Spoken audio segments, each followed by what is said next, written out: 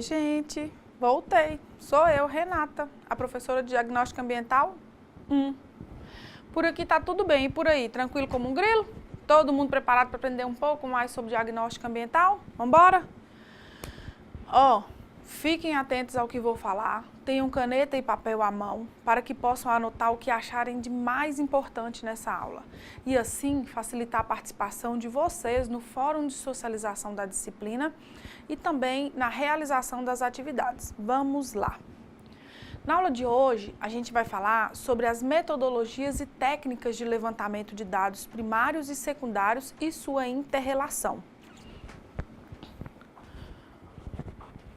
O objetivo dessa aula é compreender a complexidade da metodologia nos estudos ambientais, conhecer os elementos básicos da pesquisa desse tema, analisar uma proposta de diagnóstico do meio rural, estudar sobre indicações para a realização de estudos sobre vegetação e fazer uma análise do meio físico com foco no clima.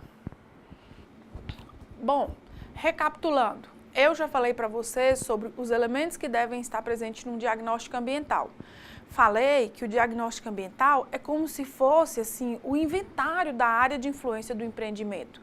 Nele, a gente descreve todas as características do solo, do ar, da água, clima, vegetação, fauna, fala sobre os modos de vida da população local, fala sobre os monumentos históricos, arqueológicos, paisagísticos, fala tudo sobre a região onde será implantada a atividade. Eu também já falei de como é importante relacionar o empreendimento com o meio onde ele será implantado e com os impactos gerados por esse empreendimento. Para a gente, então, decidir sobre o foco e o grau de aprofundamento do diagnóstico ambiental. Ou seja, após uma pré-análise do projeto, a gente decide qual parte do diagnóstico ambiental precisa de mais atenção. Se é o meio físico, o meio biótico ou o meio antrópico. E na aula de hoje, eu quero começar falando sobre método científico. Método científico é um conjunto de regras básicas para se desenvolver uma experiência que venha a produzir novos conceitos ou corrigir e integrar conhecimentos já existentes. É um método científico que permite a padronização da forma de investigação. Assim, resultados de pesquisas realizadas por pessoas diferentes podem ser comparados ou podem ser integrados numa nova pesquisa. Ou ainda, esses resultados podem se completar, dando origem a uma nova teoria. Por exemplo, uma pessoa no Rio Grande do Sul realiza um experimento testando diferentes quantidades de adubo nitrogenado durante a cultura do feijão. Uma outra pessoa no Sergipe pode realizar o mesmo experimento, seguindo toda a metodologia do experimento do Sul, e depois os dois resultados podem ser comparados para se avaliar diferenças e semelhanças obtidas nos resultados. Isso só é possível devido ao método científico, porque nesse caso o método seguido foi padronizado. Agora existe todo tipo de metodologia. Várias. E a gente precisa buscar a metodologia que melhor se encaixa no tipo de pesquisa que a gente vai realizar. A escolha da metodologia e da técnica de levantamento de dados para a elaboração de um diagnóstico ambiental está inteiramente relacionada ao tipo de atividade geradora do impacto e à região onde esse impacto é sentido. Então, para a descrição do meio físico, do meio biótico ou do meio antrópico, sempre haverá uma metodologia mais adequada a ser usada. E, de fato, escolher uma metodologia não é fácil. Fazer prova também não é fácil. Por isso é bom prestar atenção quando a professora vai explicar uma questão que vai cair na prova, né? Quando se começa a pensar na escolha da metodologia, é preciso analisar alguns pontos. Primeiro, é preciso se pensar na abrangência do problema. Um só especialista é capaz de analisar todo o impacto? Geralmente não. Então, precisamos ter mais de um profissional, ou seja, precisamos formar uma equipe de estudos. Essa equipe é formada por vários profissionais de diferentes áreas, por isso, é preciso haver um bom entendimento entre essas pessoas. É preciso haver muita conversa e muito bom senso entre eles. porque não existe uma metodologia que seja interdisciplinar. É preciso adaptar as metodologias já existentes. Já se sabe que existe uma tradicional dificuldade de entrosamento entre os diferentes departamentos do saber acadêmico. Por isso, gente, é impossível se ter um trabalho perfeitamente equilibrado, com conclusões perfeitamente consensuais e compatíveis. Porque não dá para ter uma abordagem que seja ao mesmo tempo filosófica, sociológica e biológica e ainda levar em consideração as implicações econômicas e políticas dessa abordagem. Tudo junto, misturado, tudo ao mesmo tempo, não dá. Ainda não dispomos de uma doutrina que seja consistente e uniforme, que pode ser apontada como a verdadeira ciência do meio ambiente, que pode ser usada em debates sobre impactos ambientais ou em cursos de formação profissional, e talvez nunca teremos essa doutrina, como já disse, por causa da complexidade da análise ambiental. Então, com certeza teremos alguns momentos de incoerência, de contradição ou talvez de imposição de algum conceito, mas mesmo assim é preciso buscar reconhecer o melhor conjunto metodológico. E para isso temos que buscar fontes de pesquisa e informação que possam nos auxiliar no desenvolvimento do trabalho. Por exemplo, o site do Ministério do Meio Ambiente é uma boa fonte de pesquisa.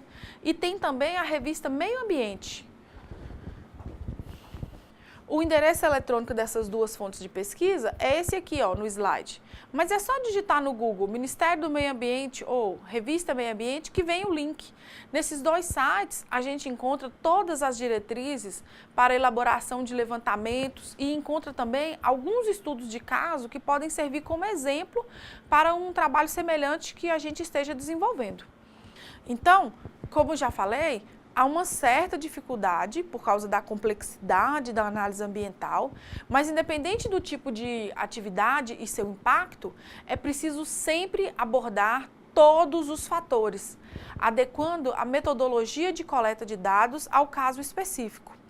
Por isso, vou apresentar para vocês um conjunto de técnicas que podem auxiliar as metodologias de elaboração de um diagnóstico ambiental e podem auxiliar também na prova, né? O primeiro passo é a delimitação da área. Com isso, a gente vai ter uma carta topográfica com o contorno da área de estudo, acessos, estradas, drenagem, cursos d'água. Depois, vamos fazer a coleta e a avaliação dos dados pré-existentes. Nós vamos procurar fotos aéreas da região, cartas topográficas históricas e atuais, bibliografia geral e específica sobre o local. Nós vamos procurar saber se existe um levantamento sociopolítico-econômico. Vamos conversar com especialistas locais ou com entidades ambientais para saber a opinião deles, para fazer um apanhado sobre a evolução histórica da paisagem local. E vamos também procurar saber se existe uma listagem de espécies ou algum outro tipo de registro sobre as espécies que existem na região. Ó, gente, os especialistas locais que eu estou falando, não precisa ser gente que estudou muito, que fez especialização, basta que sejam pessoas que entendam bastante da região.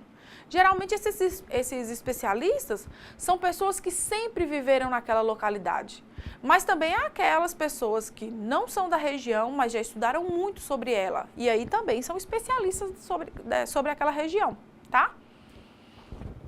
O terceiro passo é fazer levantamentos da área. Agora é hora de ir a campo. Ir a campo assim mesmo, sabe? Nesse momento, nós vamos fazer estudos geológicos, pedológicos e geomorfológicos, vamos avaliar os recursos hídricos, os aspectos climáticos, fauna, flora, os aspectos socioeconômicos e vamos marcar a localização das estruturas relevantes do patrimônio paisagístico, histórico e cultural. E, por último, vamos fazer a elaboração dos dados e cartas temáticas, onde vamos apresentar um memorial descritivo e as cartas com temas específicos sobre os meios físico e antrópico. Gente, quando eu falo para vocês cartas, não estou falando das cartas de amor do correio não, viu?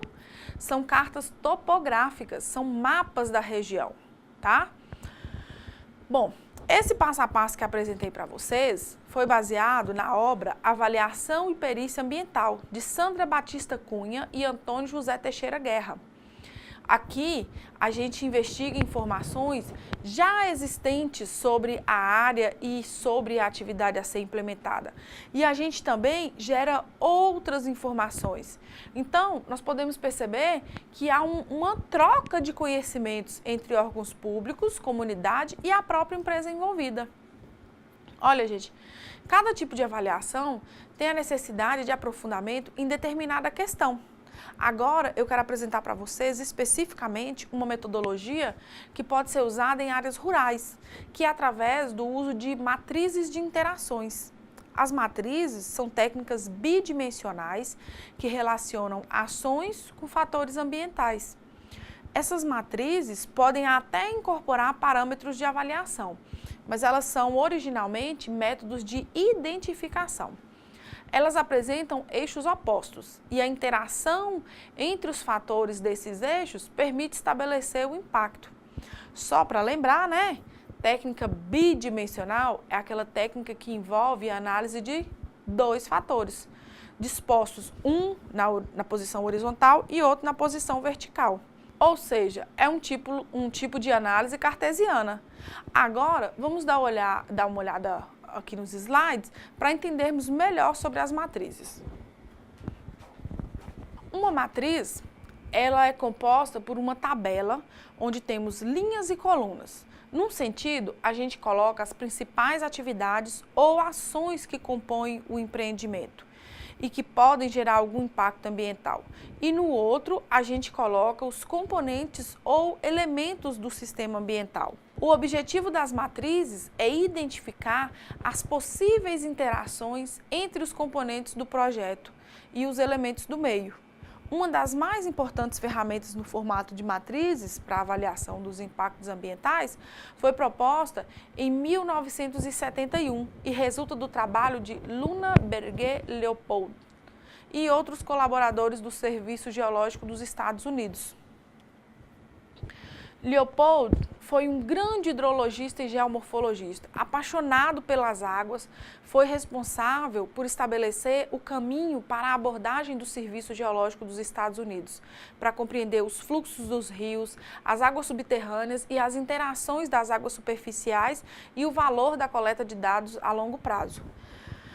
Graças à sua filosofia de trabalho, o Serviço Geológico dos Estados Unidos é hoje o maior fornecedor mundial de informações, de informações hidrológicas, com informações confiáveis, imparciais e oportunas. Leopold nasceu em 1915 e morreu em 2016, aos 90 anos. Nessa foto da direita, ele aparece durante o trabalho de coleta às margens de um rio. Nessa foto da esquerda, ele aparece durante o trabalho de coleta às margens de um rio. E na foto da direita, em 2012, ele aparece aí numa visita ao Serviço Geológico. Leopold é esse senhorzinho de andador, o terceiro da esquerda para a direita. A matriz de Leopold é composta por uma lista de 100 ações humanas que podem causar impactos ambientais e outra lista com 88 componentes ambientais que podem ser afetados pelas ações humanas. Ao todo, são 8.800 interações possíveis. É bem completa, não é, a matriz de Leopold? Por isso, ela é usada até hoje, mas muitas vezes ela é adaptada ou então ela só usa uma parte dela. Mas, de qualquer forma, ela ainda é bastante atual, né? Para Leopold, a interação entre a ação humana e o componente ambiental deve ser avaliada segundo dois critérios, a magnitude e a importância. A magnitude é a grandeza em escala espaço-temporal das interações das ações. Já a importância nos diz a intensidade do efeito na área de influência do empreendimento, ou seja, corresponde ao fator ambiental mesmo. Quando se cruzam as informações da matriz, podemos atribuir valores numéricos que expressam a magnitude, intensidade e a significância, a relevância do impacto, que é como a matriz originalmente foi proposta por Leopold.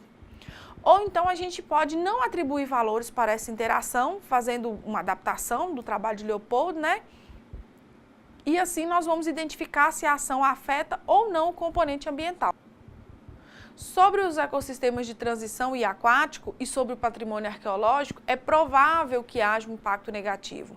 Pode ser que a obra atinja esses elementos do meio ambiente. Então, a gente coloca, por isso que está escrito aí, ó, negativo, provável. E assim vai, tá?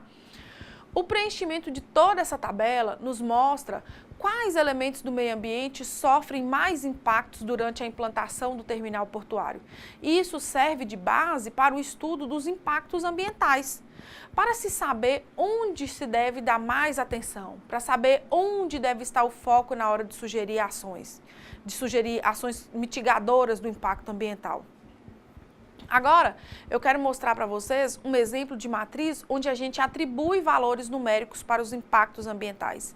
Essa atribuição de valores é subjetiva.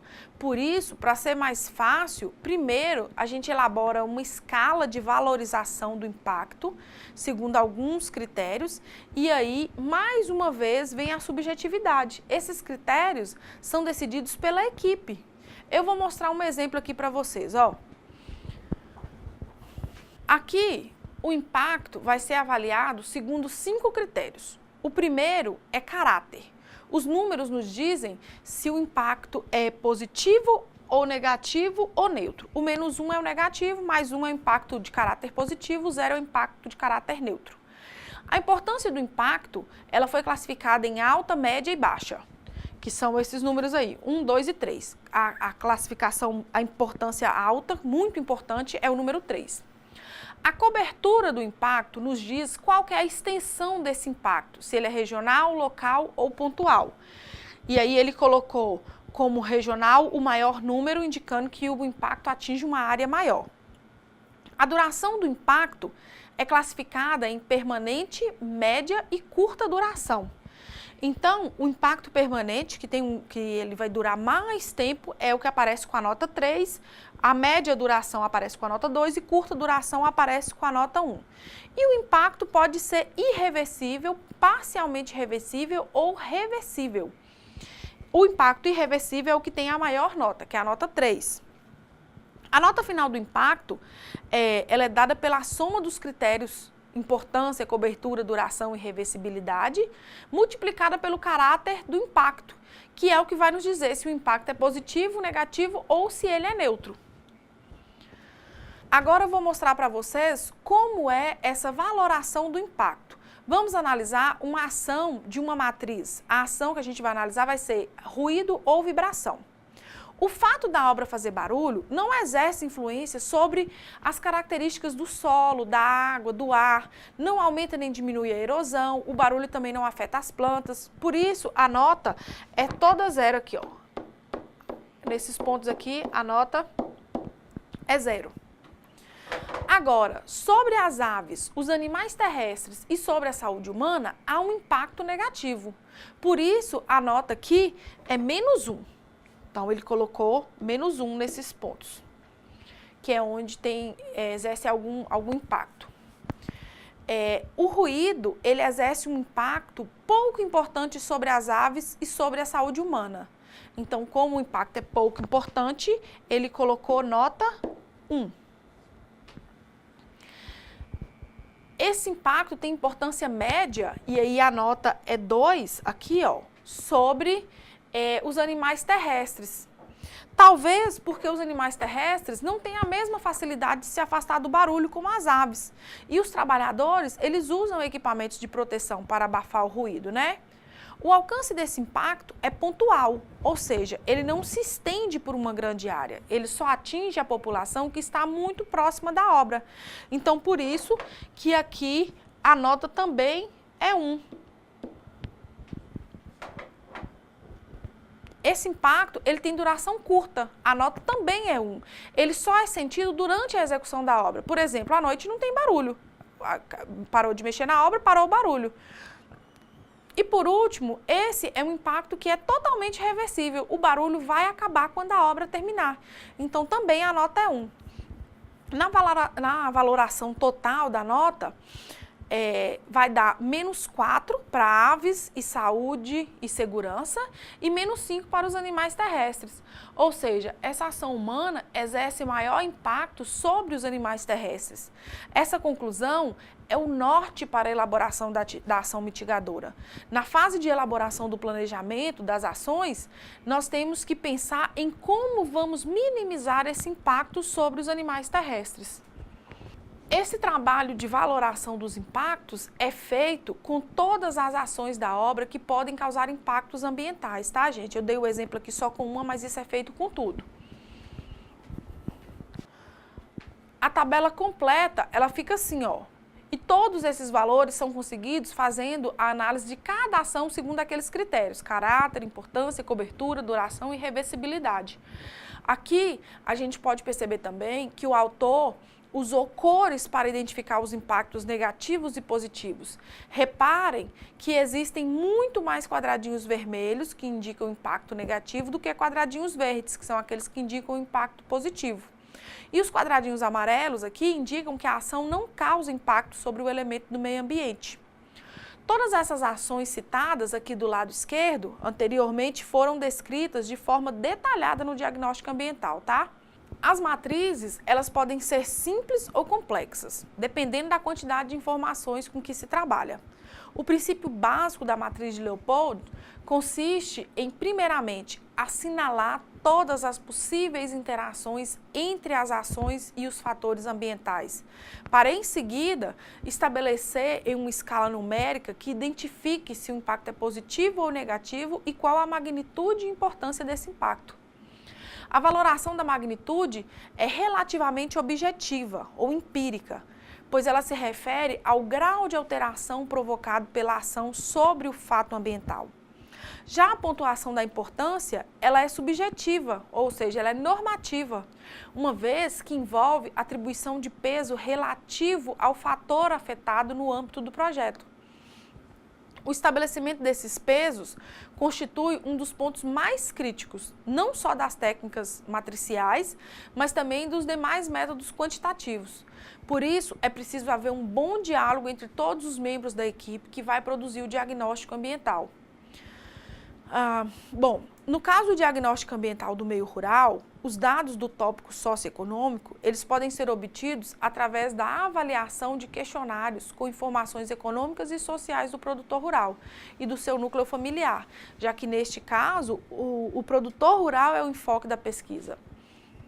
Outra coisa importante no diagnóstico rural é se caracterizar as bacias hidrográficas, tá? Nelas, a gente estuda o ciclo da água e as interferências do homem sobre esse ciclo, colhe dados sobre a morfometria e a fisiografia da bacia, onde a gente determina sua área de drenagem, o perímetro, o formato da bacia, tipo assim, se ela é alongada, circular, se tem formato de pera. A gente determina também as características do relevo, a declividade da bacia e do canal e a rede de drenagem da bacia.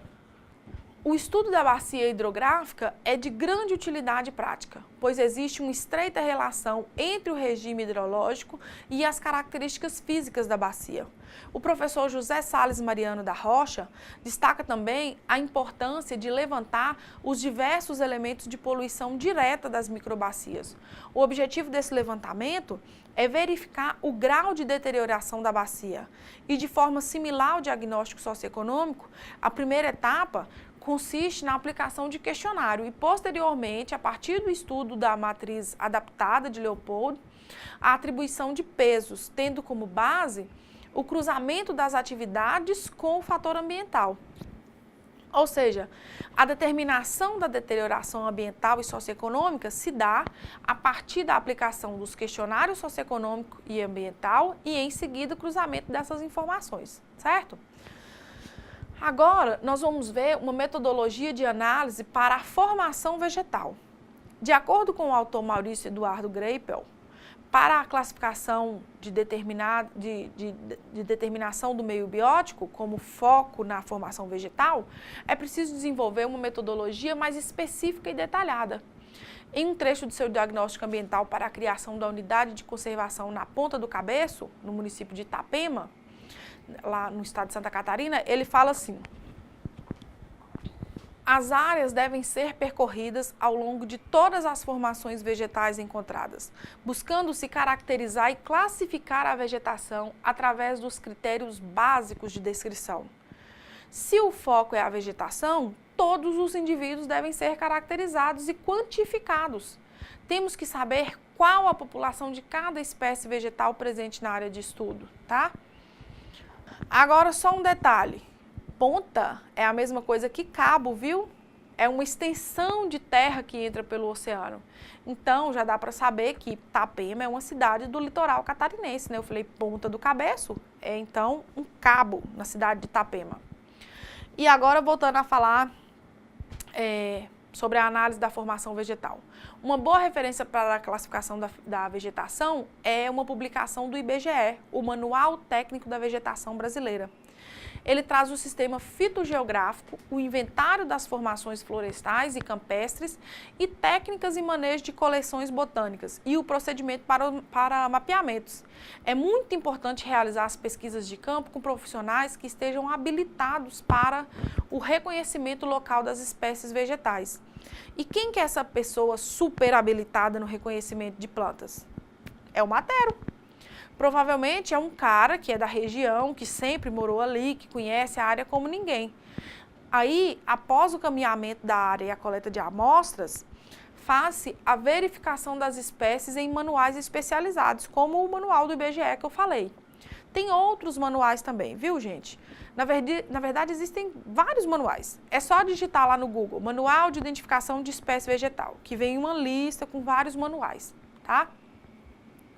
E a última coisa da aula de hoje é a metodologia para análise do meio físico, com foco no clima. Vamos seguir uma orientação de Roberta de Souza Ramalho, que ela apresentou em sua tese Diagnóstico do Meio Físico como contribuição ao planejamento do uso da terra no município de Campo dos Goytacazes, quando ela estava defendendo seu doutorado, que ela apresentou essa tese. Primeiro, ela divide a análise em duas etapas. Na primeira etapa, a gente faz a compilação de mapeamentos pré-existentes, ou seja, a gente junta tudo quanto é mapa que já existe sobre a área de interesse. Depois, se preciso, vamos fazer a conversão para o formato digital. Então, esses mapas serão escaneados, georreferenciados e digitalizados. Quando se tem mapas de fontes diferentes, é preciso fazer a compatibilização cartográfica entre eles. Porque, por exemplo, alguns trazem como unidade de medida o quilômetro e outros usam metro. Então, todos foram padronizados para metro, tá? Acontece também de aparecerem nomenclaturas e classificações diferentes para dados como solo, geologia e geomorfologia, além de erros no limite dos municípios por causa de diversos erros de digitalização ou questão de fontes de dados, tá? Aí, na segunda etapa, essas imagens digitalizadas e corrigidas, elas podem ser inseridas em um sistema de informação geográfica, o que ajuda muito na análise desses mapas. No caso desse trabalho em Campo dos Goytacazes, a autora usou o programa Idrizi, I-D-R-I-S-I, Idrizi. Esse programa, o Idrizi, ele apresenta várias ferramentas. Por exemplo, em sua visualização, ele permite zoom e navegação simultâneas, ele permite consulta simultânea em imagens e em arquivos vetoriais, visualização de imagens em cores verdadeiras, legendas múltiplas para composições de mapas, ele possibilita que seja realizado apoio para o GPS em tempo real, converte automaticamente os dados do GPS para o sistema de referência do mapa, além de ter uma parte de geoestatística que trabalha com modelagem e com simulação condicional. Então, o programa é o bicho, né? O trem é bom. Quem tiver oportunidade de usar, se for trabalhar com mapa, o programa é muito bom, tá?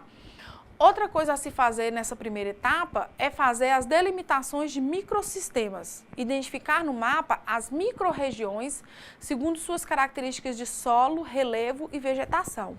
E por último, fazer o cálculo das áreas determinando o tamanho de cada microrregião definida anteriormente, da área toda e também fazendo a análise de vizinhança e proximidade.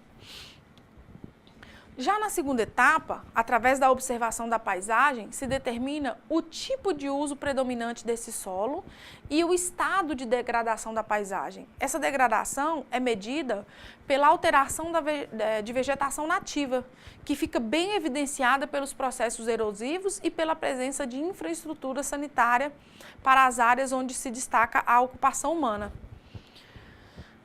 Reparem esse esqueminha aqui. Ele explica sobre paisagem. A paisagem apresenta inúmeros elementos, que podem ser naturais ou humanos. Os elementos naturais dão origem a paisagens naturais, e os elementos humanos dão origem a paisagens humanizadas. Essas paisagens humanizadas, elas podem ser rurais, industriais ou urbanas. Então, com isso, a gente percebe que nunca existirão duas paisagens completamente iguais. Numas paisagens predominam o elemento natural e em outras os elementos humanos. E como todas as paisagens são únicas, cada uma deve ser analisada segundo sua singularidade, tá?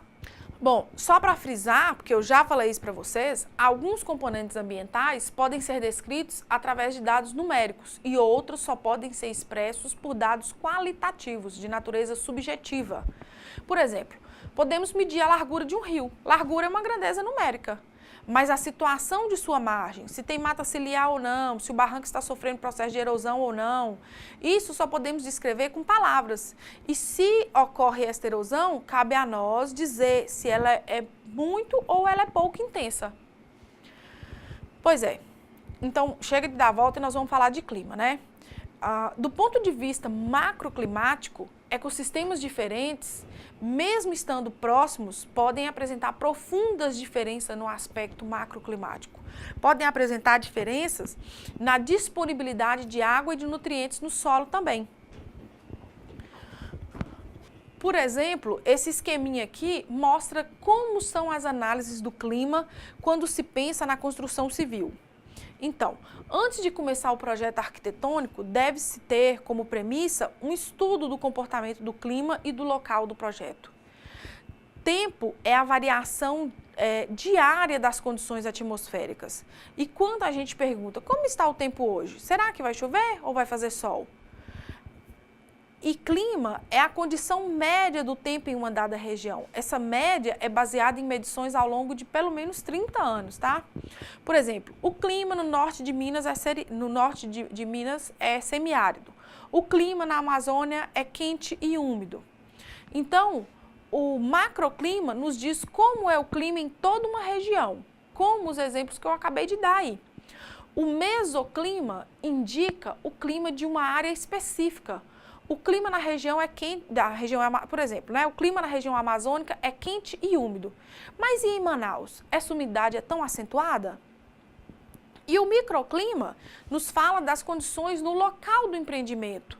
As particularidades climáticas podem induzir a soluções arquitetônicas mais adequadas ao bem-estar das pessoas. A vegetação, a topografia, o tipo de solo, a presença de obstáculos naturais ou artificiais, eles vão influenciar nas condições locais do clima. Por exemplo, a temperatura no centro de uma cidade é maior do que num parque ou em outra área verde que exista nesta mesma cidade. Isso devido às diferenças de absorção e reflexão de energia entre o asfalto e a vegetação. Pois é, gente, o estudo dos elementos do meio físico, como clima, hidrologia, geologia, geomorfologia e solos de áreas naturais, apresentam informações importantes quanto ao uso, quanto à destinação da área dentro de unidades de conservação e também em relação aos diagnósticos ambientais. É assim que a gente encerra essa nossa aula de hoje. Então, foi muito bom estar aqui com vocês hoje. Eu espero que não tenham dormido, que não tenham mexido no celular. Espero que tenham olhado só para mim. Espero vocês na próxima aula e fiquem com Deus, ó.